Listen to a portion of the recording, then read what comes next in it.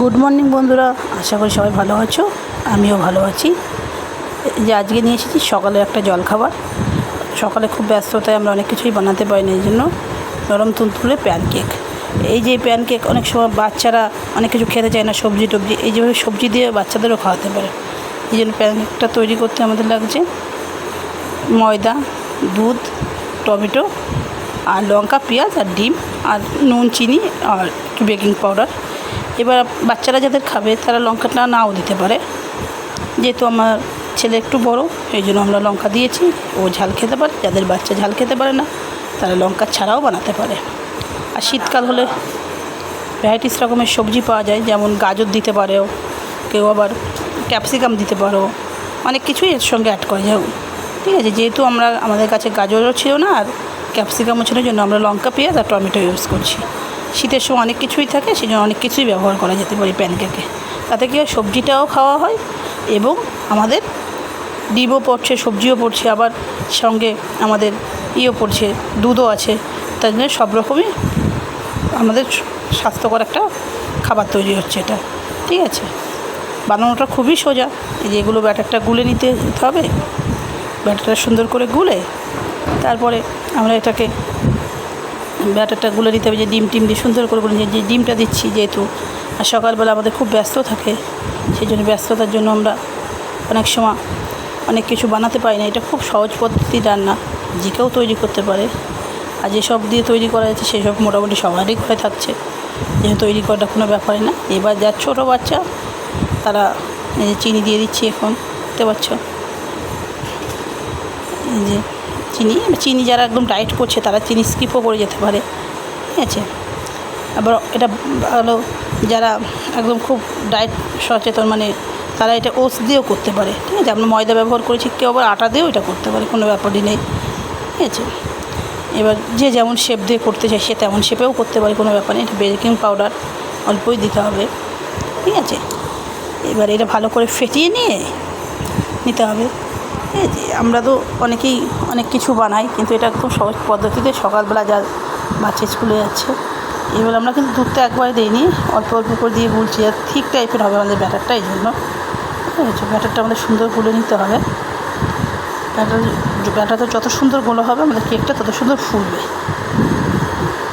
সুন্দর করে গুলে রাখতে হবে।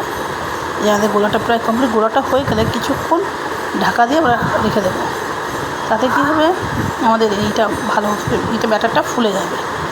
কিছুক্ষণ ঢাকা দিয়ে রাখার পরে এই দেখতে পাচ্ছ যে ফুলে গেছে, তার মানে আমাদের ব্যাটারটা সুন্দর গোলা হয়ে গেছে। এবার ব্যাটারটা আমাদের সুন্দর গোলা হয়ে গেছে। এবার আমরা এটাকে প্যানকেকটা রেডি করে নেবো। এর জন্য আমরা প্যানে একটু তেল দেবো। যে প্যানটা গ্যাসে বসিয়ে দিয়েছি, প্যানটা গরম করে একটু তেল দিতে হবে। এবার কেউ যদি মনে করে বাটার দিয়ে করবে, এটা বাটার দিয়েও করতে হবে। বাটার দিয়ে করলে খুব সুন্দর স্মেল আসবে, আমাদের সবারই খুব পছন্দ। আমাদের প্যানটা একটু গরম হয়ে গেলে আমরা তেলটা, কেউ আবার যারা খুব ডায়েট সচেতন লোক তারা মানে তেলটা ব্রাশ করেও দিতে পারে, যেহেতু তেলটা দেওয়ার উদ্দেশ্য আমাদের কেকটা ওখানে আটকে যাবে না। ঠিক আছে, আমাদের সুন্দর উঠে যাবে। এবার যারা খুব ডায়েট করছেন তারা ব্রাশ দিয়ে কোনো রকম তেল ব্রাশ করেও নিতে পারে। এই যে আমরা তেল একটু বেশি দিয়েছি, যারা মনে করছে এটা খুব বেশি হয়ে যাচ্ছে তারা কিন্তু তেলটা ব্রাশ করেও শুধু দিতে পারে, এতেও কোনো সমস্যা নেই। ঠিক আছে, এতে আমাদের ডায়েটের কোনো ব্যাপার নেই, বাচ্চা খাবে, সেক্ষেত্রে আমরা এইভাবে তৈরি করছি। এবার আমরা আস্তে আস্তে এটাকে দিয়ে দেবো। দিয়ে দিচ্ছি, যে যেমন শেপ দিতে চাই, এটা গোল করেও পুরো দিতে পারে, কেউ দিতে পারে। যে যেমন শেপে দিতে চায় সে তেমন শেপ করে দিতে হবে। সুন্দর দেওয়া হয়ে যাচ্ছে, বুঝতে পারছেন, খুব সুন্দর। আর এটা সকালে বলুন, সন্ধ্যের জলখাবারে বলুন, দারুণ একটা খাবার। একবার যে বানিয়ে খাবে তার মন করবে বারবারই এটা বানিয়ে খাবে। দেখুন আমাদের খুব সুন্দর ফুলে গেছে, দেখেন উপরটা খুব সুন্দর ফুলেছে। যে উল্টে দিয়েছি, দেখুন খুব সুন্দর বানিয়ে গেছে, খুব সুন্দর ভাজা হয়ে গেছে, খুব সুন্দর ভাজা হয়ে গেছে।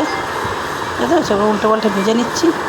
আর উল্টো পাল্টে সুন্দর করে ভেজে নিতে হবে, যেহেতু এদের কি সুন্দর ফুলেছে, এমন সুন্দর করে ভেজে এবার উঠিয়ে নিতে হবে।